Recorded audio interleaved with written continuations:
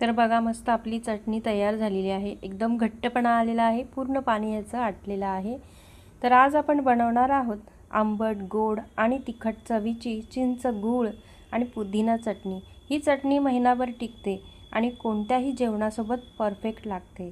तर ह्या व्हिडिओमध्ये तुम्हाला मी चिंच गूळ चटणी, पुदिना चटणी साठवण्याचे सोपे टिप्स देणार आहे।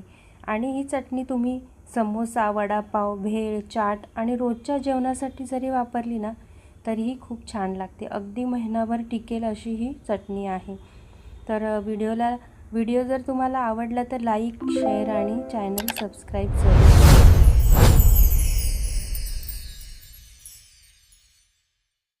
चिंचेची आंबट गोड तिखट आपण चटणी बनवणार आहोत।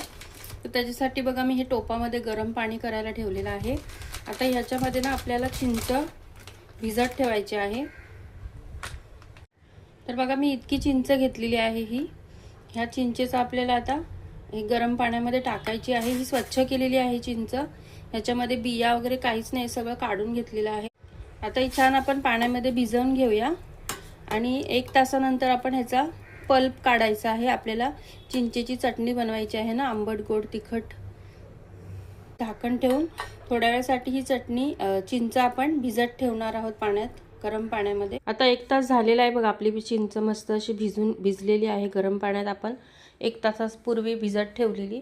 आता ना आपण चाळणीच्या साहाय्याने ह्याचं सगळं जे पाणी आहे ते काढून घेऊया आणि वरती जी चिंच आहे ती चमच्याने किंवा हाताने अशी मॅश करून घेऊया आणि मिक्सरला पण थोडीशी फिरवून घ्यायची आहे, म्हणजे त्याचं एक्स्ट्राचं पल्प आहे तो आपल्याला मिळेल। तर मी बघा ह्या चमच्याच्या साहाय्याने जितकं आपल्याला प्रेस करता येईल तेवढं प्रेस करून घेते, म्हणजे चाळणीने आपल्याला ह्याचा पल्प मिळेल, गाळून छानपैकी पल्प मिळतो चिंचेचा। आता मी थोडेसे मिक्सरला पण फिरवून घेणार आहे। तर मिक्सरच्या छोट्या भांड्यामध्ये आपण जो उरलेला आहे चिंच ती सगळं आपण टाकणार आणि मस्त अशी वाटून घेऊया आणि मग पुन्हा एकदा चाळणीमध्ये आपण घालून थोडंसं एक्स्ट्राचं पाणी टाकून आपण हा पल्प काढून घेऊया। तर बघा परत मी फिरवून घेतलं मस्त मिक्सरला आणि आता आपण मस्त असं त्याचा पल्प काढून घेऊया चिंचेचा सगळा। आणि थोडंसं पाणी पण टाकलेलं आहे मी आणि आता हातानेच आपण मॅश करून घेऊया।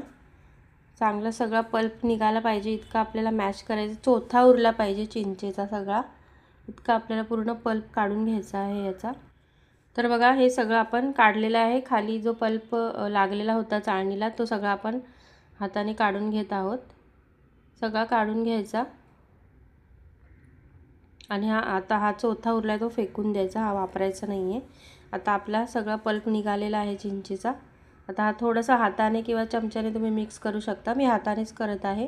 आता एका पॅनमध्ये आपल्याला चिंचेची चटणी बनवून घ्यायची आहे ना, तर तो आपण चिंचेचा जो पल्प काढून घेतलेला तो सगळा आपण ह्या गरम पॅनमध्ये टाकलेला आहे आता। आणि मी 1 वाटी गूळ घेतलेला आहे, हा किसलेला गूळ आहे किंवा असं बारीक चिरून जरी घेतला तरी चालतो आणि थोडंसं पाणी टाकायचं आहे।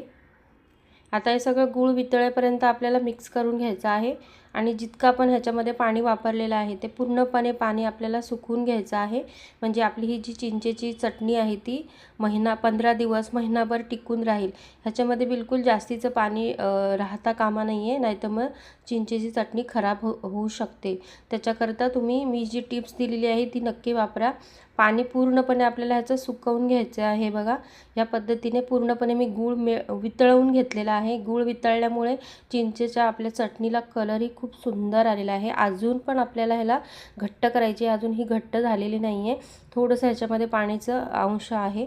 तर बघा या पद्धतीने आपण सगळं उकळवून घेतलेलं आहे। आता ह्याला रंग येण्यासाठी मी 1 चमचा काश्मीरी लाल तिखट वापरणार आहे आणि हे सेंधव मीठ आहे, हे चवीनुसार आपल्याला वापरायचं आहे। आणि मी हे चाट मसाला पण टाकणार आहे ह्याच्यामध्ये।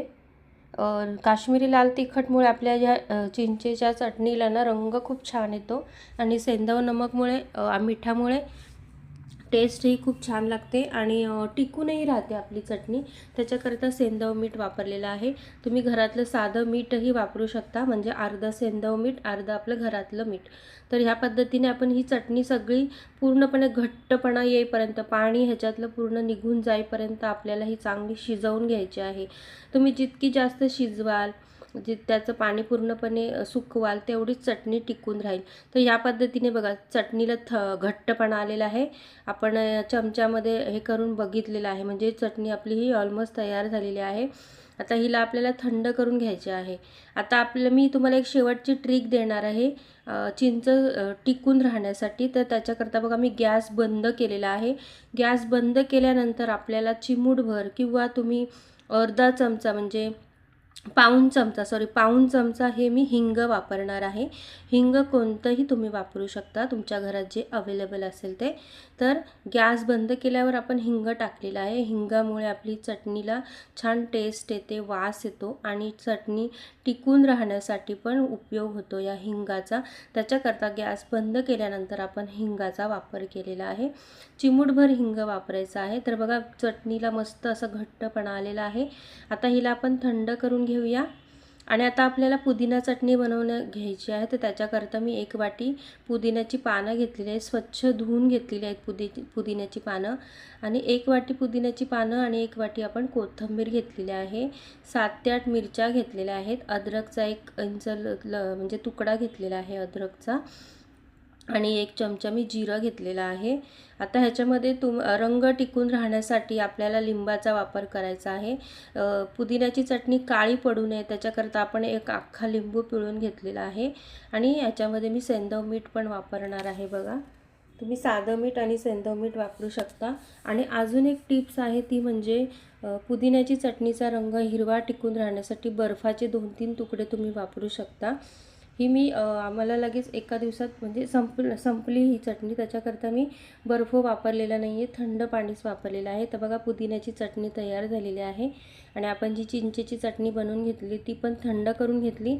आणि एका काचेच्या बरणीमध्ये मी भरून ठेवत आहे. बघा काचेच्या बरणीमध्ये भरून ठेवायची आणि फ्रीझरमध्ये ठेवून द्यायची, म्हणजे ही 15 ते 1 महिना दिवस अशी टिकते ही चटणी. आणि तुम्ही कोणताही चाटचा पदार्थ जर बनवायला घेतला तर ही चटण्या उपयोगाला येतात. समोसा सोबत किंवा वडापाव किंवा पाणीपुरी, शेवपुरी किंवा आपण आज जो बनवलेला आहे रगडा पॅटीस त्याच्याकरता. तर अशाच छान छान व्हिडिओसाठी माझ्या चॅनलला सबस्क्राईब करा, लाईक करा आणि शेअर पण करू शकता. धन्यवाद.